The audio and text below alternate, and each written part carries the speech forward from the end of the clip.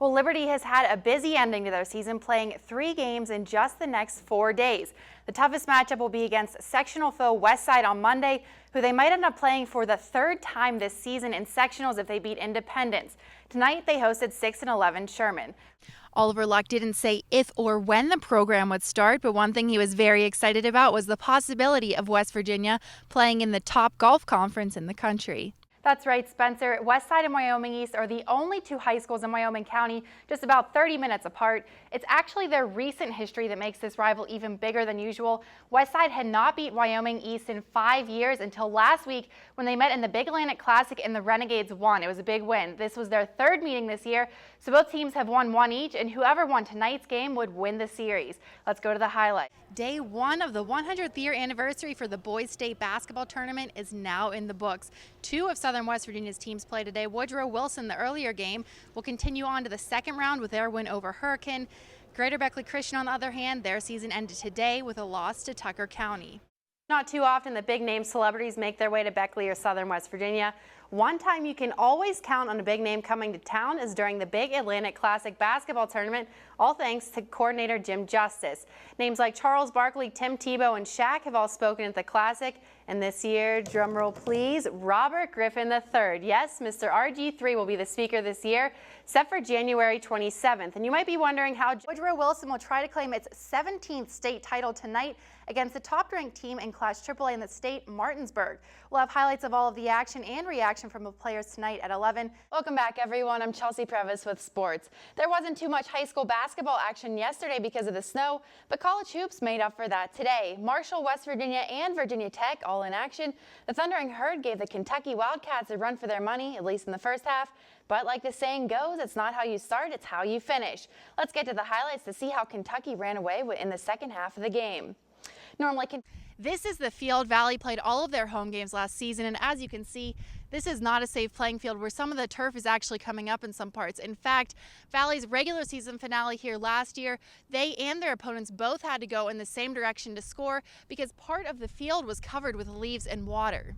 At the end of the day, Valley needs their own field, and that's our goal, is to make sure that we have a football field first, then move into the other fields as well. William Bolts Willis is the lead fundraiser of Project Greyhound. The group is trying to raise money for a new field for Valley High School, but there's more than one opinion on where the future of that field should be. If the kids is graduating next year, they want to, senior day, they want to be able to walk across the field they played on 4 years. We need to play at Tech next year. Valley has some financial issues. The total cost to play at West Virginia Tech this year is around $30,000, or they need to raise over $2 million to build a brand new facility. I'm 62 years old, and as alumni of Montgomery High School / Valley High / Gully Bridge High School, it's long overdue to have their own facility, and that's what we intend to do, is to raise that money as quickly as possible. If neither of these choices work for the Greyhounds, they still have options, but over 10 miles away at Gully Bridge or 10 miles the other way at East Bank. Gully Bridge, I wouldn't want to play there because it was one of our biggest rivals, and Valley didn't like Gully Bridge. Gully Bridge didn't like Valley. Regardless of the decision, one thing is unanimous. Everybody wants a field. We want some place to play next year. And we're hoping that the board will work out something to, put us a field in. We're going to work on that next, but we're just trying to get a place for the kids to play next year. I know we'd do anything. Everybody's passionate about this place. They love the Greyhounds. Reporting from Montgomery, Chelsea Previs, Newswatch Sports. Farm, but it's actually the Beckley Convention Center this weekend.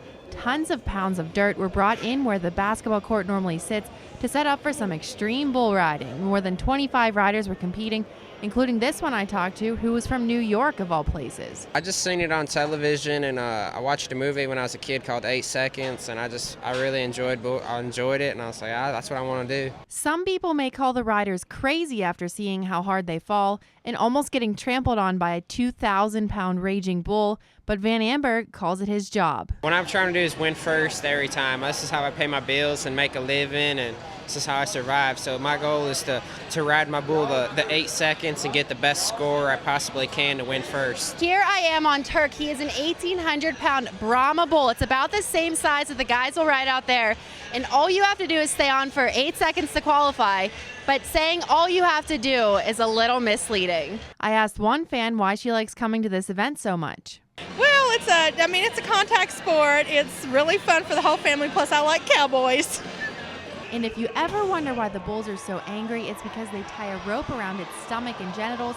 So as soon as he leaves the gate, he is trying to get that rope off of him, which falls off pretty easily. The seats were about 2/3 of the way full, but Saturday normally has a bigger turnout. Tickets are $20 for general admission and $25 for reserved and can be purchased at the door. Doors open at 7 and the action starts at 8.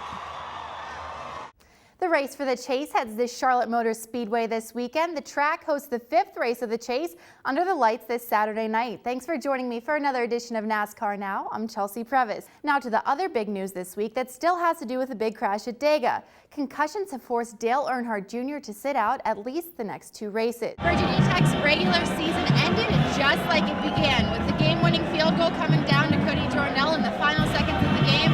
And with this win over Virginia, they're bowl eligible. Lately losing 3 of their last 4. So which green and white team would come out on top? Let's head back to Athens to find out. There you see it's the team's 100th meeting. We'll start in the first half. DJ Cooper to Evo Baltic. Baltic goes up for the slam, 12 points for him. Walter Offutt gets the steal here. He goes back to Cooper for the lay-in, easy 2 points there. 12 points for Cooper at that point. Bobcat fans happy. Stevie Taylor, Nick Kellogg, Clark Kellogg's son, you might have heard of him. 3 ball is good. Cooper to Kellogg again, different play, same thing. Had 19 at the half, 22 for the game. Bobcats up 32 at the half. Now on to the second half. Dede Scarver with a steal and slam, 13 points for him. DeAndre Kane, next play. Scarver goes up and oop to Elijah Pittman, 8 points for him. You can see Harrian's not happy. Offutt to Reggie Keeley, lay-in and 1, 18 points for Keeley. Cooper behind the back pass, getting fancy. To Offutt, lay-in and 1, 13 points for Offutt. Cooper would finish with a school record 17 assists. Bobcats roll 94-57. And don't go anywhere. We'll be right back with another look at news and weather. But before that, I will leave you with what I like to call the sounds of Dana. So someone get that man a Ricola. It's, I don't know, yeah. So that just exists in this league. No.